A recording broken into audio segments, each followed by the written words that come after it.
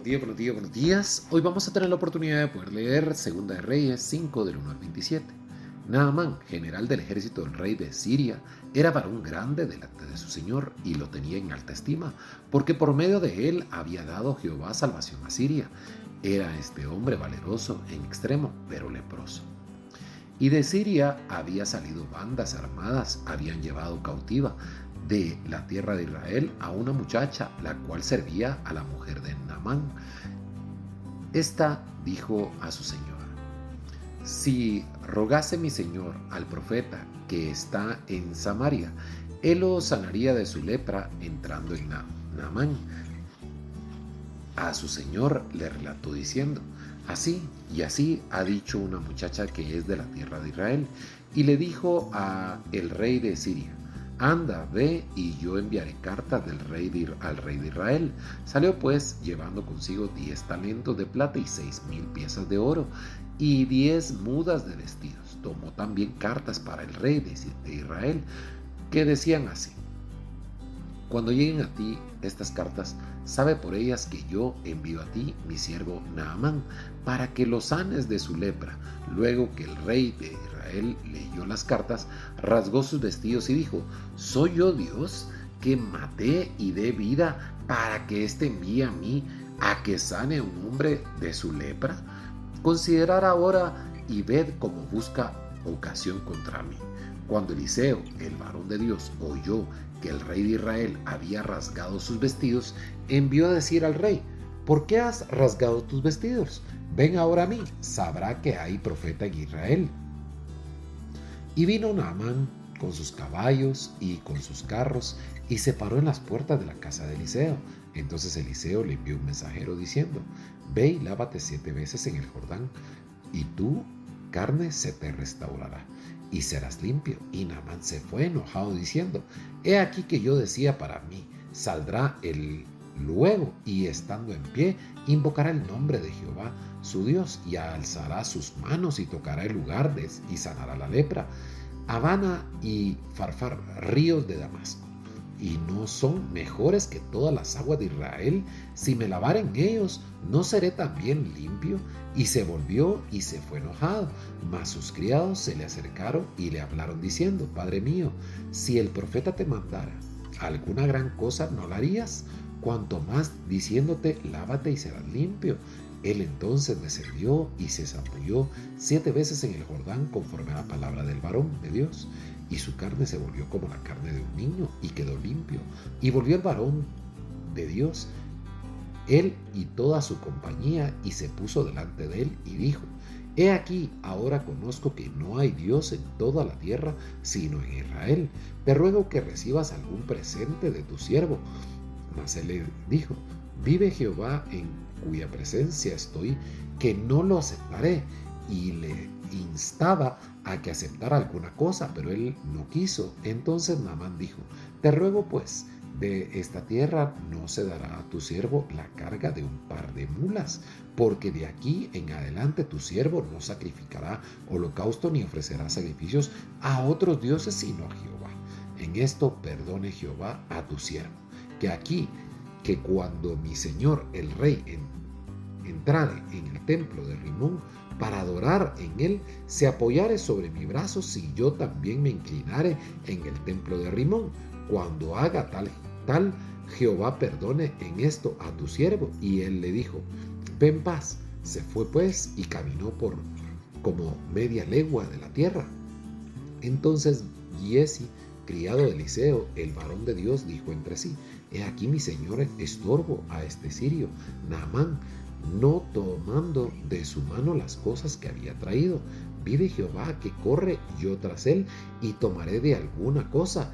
Y siguió Giesi a Naamán, y cuando vio Naamán que venía corriendo tras él, se bajó del carro para recibirle. Le dijo: ¿va todo bien?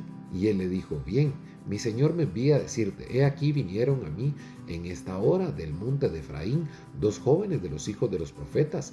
Te ruego que les des un talento de la plata y 2 vestidos nuevos. Y dijo Naamán: te ruego que tomes 2 talentos. Y le insistió, y ató 2 talentos de plata en 2 bolsas y 2 vestidos nuevos, y los puso todo a cuestas a 2 de sus criados, para que los llevasen delante de él.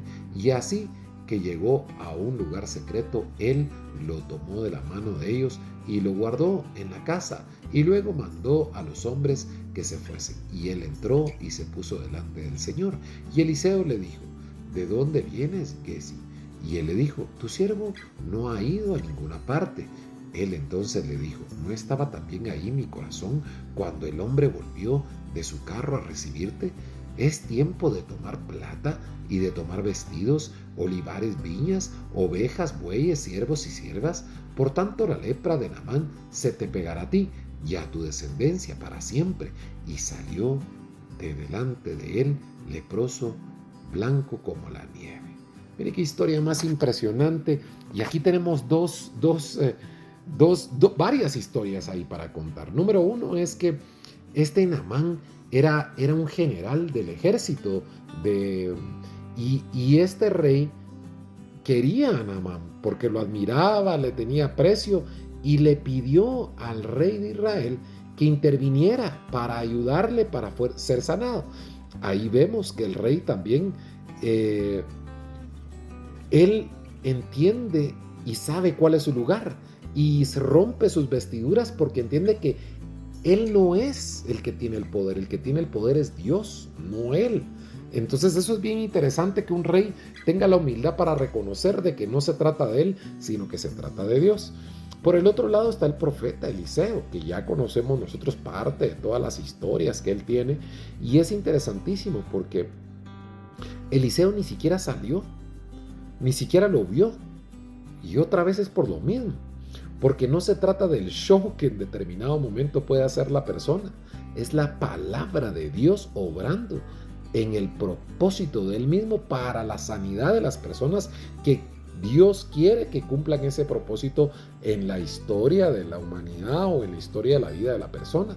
Y entonces no hay ni siquiera necesidad de que Eliseo salga y solo le dicen, mira, andate al Jordán y bañate 7 veces, como que fuera que se remojara 7 veces ahí en el río. Pero ¿sabe qué pasa? Parte del ego de Naamán y de esas historias y de su guerra y de la arrogancia que muchas veces uno puede tener en la vida por el éxito que ha alcanzado. Y ¿sabe qué es lo peor? Vivir del pasado, vivir de lo que nosotros fuimos y que no somos ahora, por todas esas guerras que tal vez se ganaron, por todas esas batallas, esos conflictos o esas dificultades que todos hemos pasado y hemos salido airosos. Pues así llegó este general, porque él esperaba que Eliseo saliera, hiciera un baile, que probablemente le pasara hasta algunas ramas encima de algo y que automáticamente lo sanara. Pero había había más ahí, y era demostrar el poder de Dios únicamente con la palabra, pero también de la mano de la obediencia de la persona que recibe la palabra. Y entonces se va decepcionado Naamán. Y mire la importancia también de rodearse de las personas correctas, porque las personas correctas todavía le hablan a Naamán, le hacen ver de que no importaba la forma, sino que le estaban dando una salida y que él fuera humilde en aceptar que se fuera. Y mire el poder que tiene también la obediencia, porque en el momento que él va al Jordán y se lava las 7 veces, automáticamente su piel queda como que fuera de un niño, es sanado. Mire qué grandes lecciones para uno, porque uno espera que por el nombre de uno las puertas se abran, la gente de una manera rimbombante, y no necesariamente. Y por el otro lado, ¿verdad? Cuando uno recibe una instrucción, y probablemente de parte de Dios, uno espera que sea no como lo que hizo ahorita Eliseo, sino lo que pasó con Elías, que baje una carroza de fuego y ahí se lo lleven. No tiene que pasar así, porque no cumple el propósito que Dios tiene para la vida de cada uno de nosotros. Y entonces la humildad para tener la obediencia en medio de las dificultades es una perla que nosotros no podemos olvidar. el ser humilde, el tener esa mansedumbre, el recibir la palabra de Dios de una manera agradable, en medio de que a nosotros tal vez no nos parezca que las cosas van a pasar como uno imaginó. Porque, ¿sabe por qué? Porque no se trata de cómo uno imagina la película en su cabeza. Se trata de cómo Dios sabe que va a pasar. Y eso sí que hace una diferencia. Vamos a orar. Padre, te damos gracias, te pedimos perdón por todos los pecados que cometemos, Señor. Te damos gracias por estos grandes ejemplos, porque tú nos enseñas, Señor, de que la obediencia hacia tu palabra es lo más importante probablemente, Señor. Y queremos ser obedientes, queremos hacer tu voluntad, queremos cumplir tu propósito, Señor. Te damos gracias, te bendecimos en el nombre poderoso de Cristo Jesús. Amén.